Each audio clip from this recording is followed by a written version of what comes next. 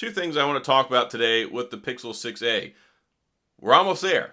We're almost there. We're just over a week away as the time of this video coming out that the Pixel 6a is going to be here. 449, 6.1 inch screen, Tensor chip, all that stuff. And it's an opportunity to change the narrative. It's Pixel's chance at redemption. And the A series has always been top-notch, high caliber. In the mid-series department, it brings the ever so popular Pixel camera, but it also brings stock Android, the software support and updates, and a lot of the great Google services that we come to love, like the voice dictation, the translation, and the call screening, all sorts of great things. So I'm excited about that. But I was reading an article, and I think there is something to this because I have seen so many people that have had a lot of issues, and the number one issue with pretty much most people boils down to connectivity issues. And I saw this article, and this article is with Android Authority.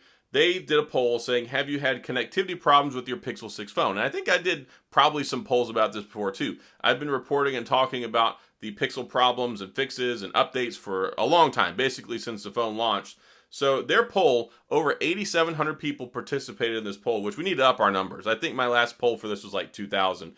But I guess Android Authority does have a bigger audience, so I'll give them that. So 33.17 people that participated in this survey said that they have signal problems all the time with their phone.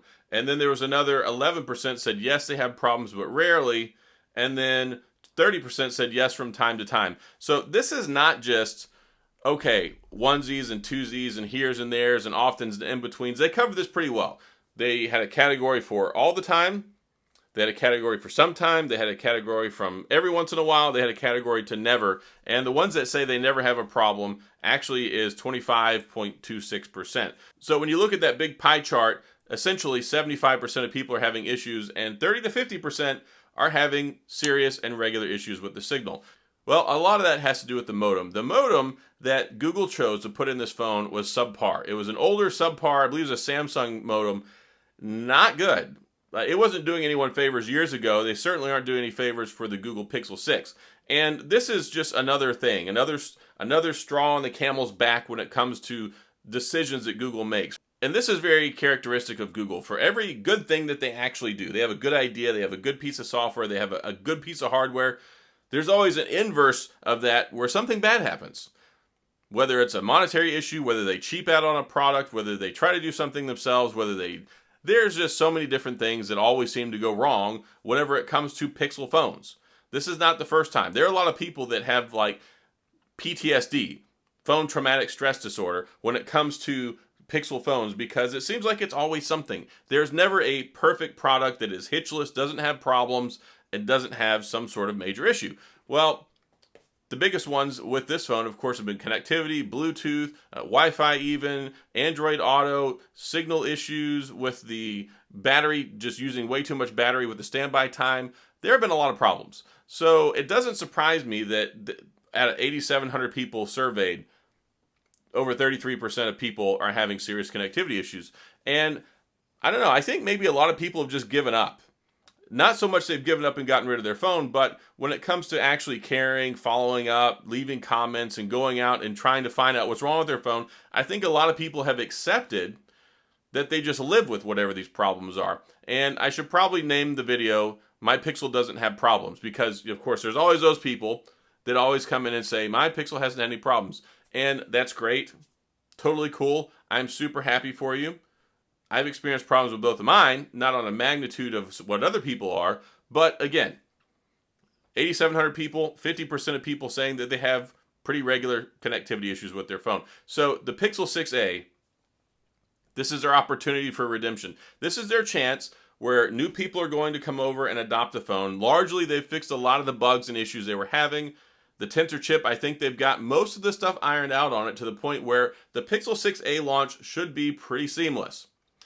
It should be. I sincerely hope that it is. I don't want to have any issues with this. I don't want to make a video, the phone comes out, hey guys, here's the Pixel 6a, and then start getting bombarded with new people who are having issues with the phone, just like the Pixel 6 in the beginning. So this is their chance to not screw things up. Every new phone is a blank slate with a new opportunity to change things, change the narrative, not be the same old Google, not be the same old riddled with problems, like we've had for the first 8 months of the life cycle of this phone. If you go back, it was really kind of sad. Whenever the Pixel 6 and 6 Pro came out, there was so much positivity. The adoption rate was through the roof. They were reporting all the stuff. They're flying off the shelves. It's the most phones that we've ever sold of any model.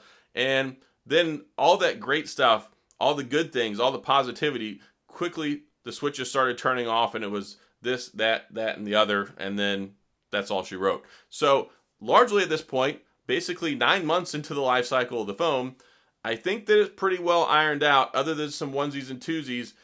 But sadly, I don't think that they're ever going to fully fix the connectivity issue, and I think it goes back to the modem. The modem just isn't good.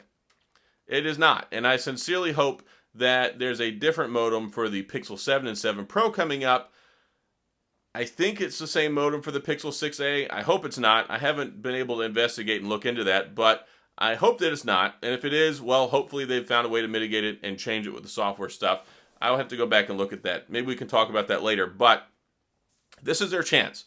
And it's an exciting chance because when it comes to this phone, mid-tier proposition, the A series always makes a lot of people happy, even before with the Pixel 4a really changing the narrative with being a bestseller on Amazon, a bestseller out of Best Buy, and so many people had written it off at that point going, who cares about the A series? Who wants one of these things?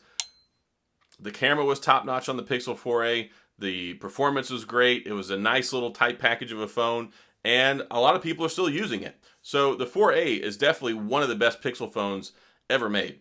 So I'm hoping that the 6a can follow in that heritage. It can make up for last year with the 5a and its overheating problems with the camera, and we can get back on track and kind of iron things out and smoothly transition to the Pixel 7 and 7 Pro this fall. So here's the nitty gritty. The Pixel 6a pre-order start on the 21st.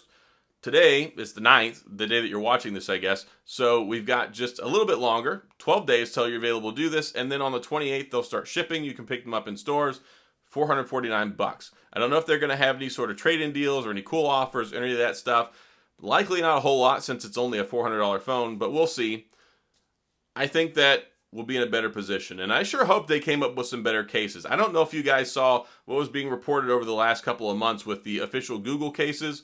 Oh boy, those things look terrible. And I called it from the get-go. I said it was a terrible case. Mine didn't even fit right. It was slipping off of my phone. So the QA, the quality assurance, the materials, and the official Google cases for the Pixel 6, not good. Not good at all. So I hope they fix that too. That would be really nice. Let's start off on the right foot. Pixel 6a, fanfare, $449.